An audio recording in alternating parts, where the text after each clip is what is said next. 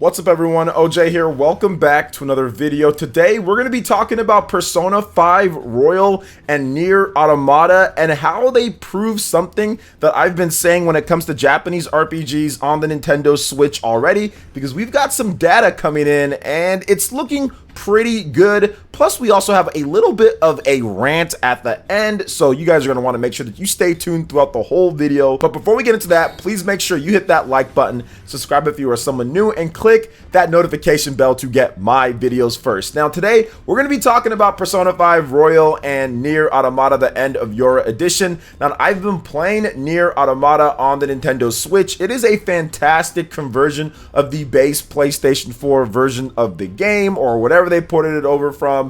I think that it's a really good version of the game. I have some gameplay up, and I also did a video where I talked about the review scores and how it kind of did the impossible. Usually when we get these big RPGs or these big shooters or these big whatever games from the Xbox and PlayStation, and they get brought over to Nintendo Switch and they end up being okay, but they kind of end up like falling short when it comes like to the reviews or something. There's always some problems here and there, not with every game, but just with a number of games. But it seems like NieR Automata has kind of broken that. It's a very good version of the game. It's very solid. It looks good enough when it comes to the resolution. Some of the textures are a little bit blurry here and there, but overall it gets the job done. It does more than that, and it looks fantastic if you're playing the game on a Nintendo Switch OLED. And the frame rate holds up as well, even in the open-ended world or open-ended segment. So we have to give Virtuos some big love, and Square Enix as well, for commissioning them to make this, because this was probably not a cheap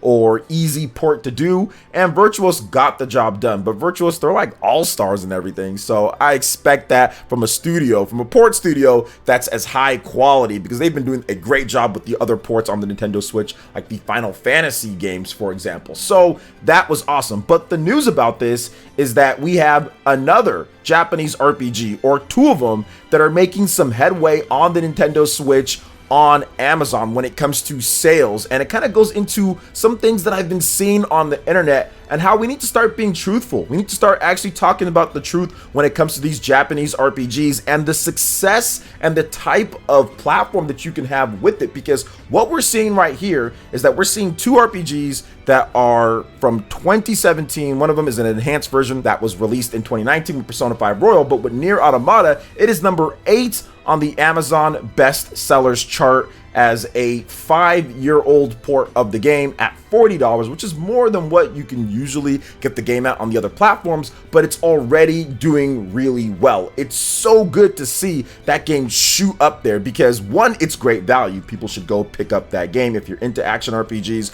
NieR Automata is a phenomenal game with a great story, great combat, and the Switch version, like I said, does hold up. But also too, because it gives the confidence for other developers to say, okay, well, hold up here, we've got a good RPG. Maybe we can't do as great as that, but there's a market here. There's 100 million plus people here, and Japanese RPGs have been proven at this point already beforehand, but now like doubly been proven to have some room to grow and to sell on the Nintendo Switch. Because this being number 8 on the new release bestsellers for Amazon is definitely a good sign. And also coming in right after that with Persona 5 Royal at number 9, and it's doing incredible too. And remember guys, this is a game that people have been crying and complaining for on the Nintendo Switch for a long time, the whole break free Persona, and I went back and forth with so many people about Persona 5 Royal and how I felt.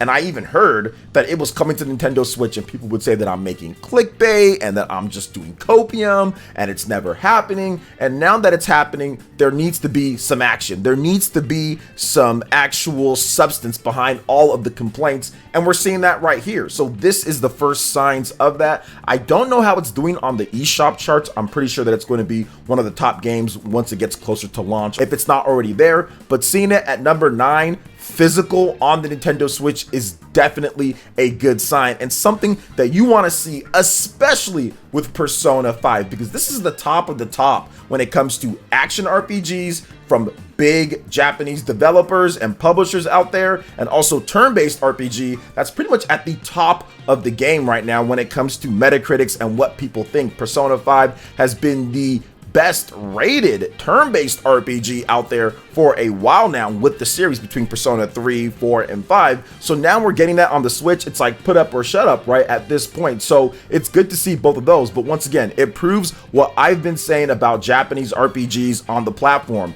Japanese developers, get your good games on the system. You can have these type of sales, and if not more, if they were actually planned and put out. I feel that this could even lead to more developers going into the next generation and having games that are maybe even Switch 2 and also base Switch, and bringing them out and saying, hey, look, the Switch is a platform now at this point to where you're seeing the domination of the sales in Japan. And if we have a big Japanese RPG that's coming out, let's actually take that time and effort to put together the team in order to get it done, or to get a team to be able to get it done in a timely fashion.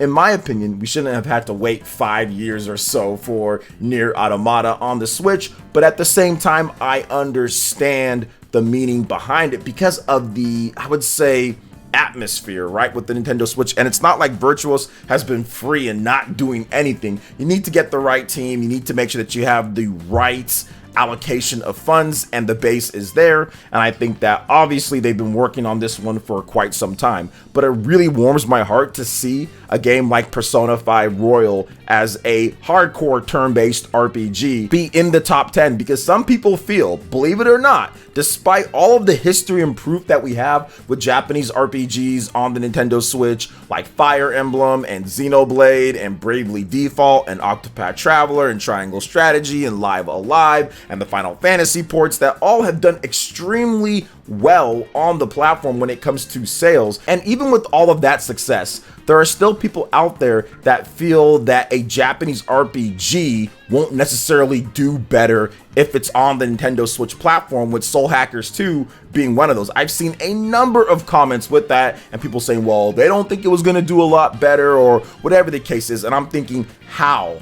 Why? Where is the data to say that it's not? Pretty much every single Japanese RPG that launches across all the different systems that we've seen recently all do pretty well on the Nintendo Switch, or add significantly to these sales. So that makes no sense for these type of arguments. And I think that hopefully the truth coming out with Persona 5 Royal and NieR Automata and the sales numbers will solidify what I've been saying, because the numbers have already been there for quite some time. But it's good to actually have some high profile RPGs that are not Nintendo's first party. So big AAA type of RPGs come out on the Nintendo Switch, Japanese RPGs be it that, and have some success. Now, we don't have full sales numbers or anything at this point, so guys, it's still pre-launch. NieR Automata is launching this week as of the time that I'm recording this video. Persona 5 Royal comes out later this month as of the time that I'm recording this video, but I feel that both of these games are going to do extremely well on the Nintendo Switch platform. Now, I don't think that they're going to sell way more than the PlayStation counterparts or anything, just because the years in terms of how old the games are and how many times they've been sold on other platforms and the pricing and everything. I don't think it's going to do that well, but I wouldn't be surprised if NieR Automata sold over 1 million units when it's all said and done on the Nintendo Switch, and Persona 5 Royal sold 1.5 to 2 million units on the Nintendo Switch when it's all said and done. And we're talking about full priced units, or near full price, with very minimal, not like fire sales that we see with a lot of these games after the first like 3 or 4 months on other platforms beforehand. So I think that this is definitely a good sign going forward, and I'm looking forward to seeing exactly how the launches go and how much further these two games can climb up on the board here with the sales, because it will lead to more and good things going forward, whether that's the regular Nintendo Switch in the next year or two, or that's the Nintendo Switch 2 or next gen Switch, or whatever you want to call it in the future, because I don't think Nintendo's going to really move away from the hybrid concept. I think they're going to take that concept and even enhance it further, and they're going to kind of pick up right where they left off when it comes time for the next generation for them. Now, I do want to move into one other topic for this, and this is kind of a, you know what, we have to get this done. This is something that I talked about on the Spawncast, and I want to discuss it here because Phil Harrison this guy, I'm not exactly sure why companies keep on hiring him over and over as if this guy has been some type of genius in this industry and launches all these successful products when he doesn't. And when it comes to Google Stadia, and now that we know that they're pretty much refunding everything, they've pretty much killed the service, you can't buy a game, it's a disaster when it comes down to it. And we all knew that it was going to be a disaster, but Phil Harrison, they put this guy out in front. And I want to go over this interview that Jeff Keighley had with Phil Harrison. And Jeff Keighley first starts off, this was at E3 Live a number of years ago, and says people have this fear that it's like, you know, I'm gonna buy this and Google's gonna shut it down and I'm not gonna have access to it, or I want to be able to download it. Phil Harrison says Google is incredibly committed to this platform, and look at this face that he has right here. Remember guys, Stadia is all streaming, it's all cloud. You can't download anything, you own nothing, you download nothing, it just streams something. But they say, hey, give us $60 for Red Dead Redemption or whatever the case is, right? So this is what they were asking of us. Now in the last slide, look at Jeff Keighley. Not even sure if that was the actual transcript of what's going on, but essentially that's what was going on, because this is what Google is about. They introduce something, they think that they're smarter than you, they think that they can kind of finesse people into just buying into whatever because they have a ton of money, and they end up shutting it down. Google is known for this. And for Phil Harrison to say that they're incredibly committed to this, yeah, I guess, but maybe you might be a bit more committed if the CEO of the company actually liked video games maybe a bit more, because he admitted that he's not really much of a gamer. Well, how can you be super committed to it?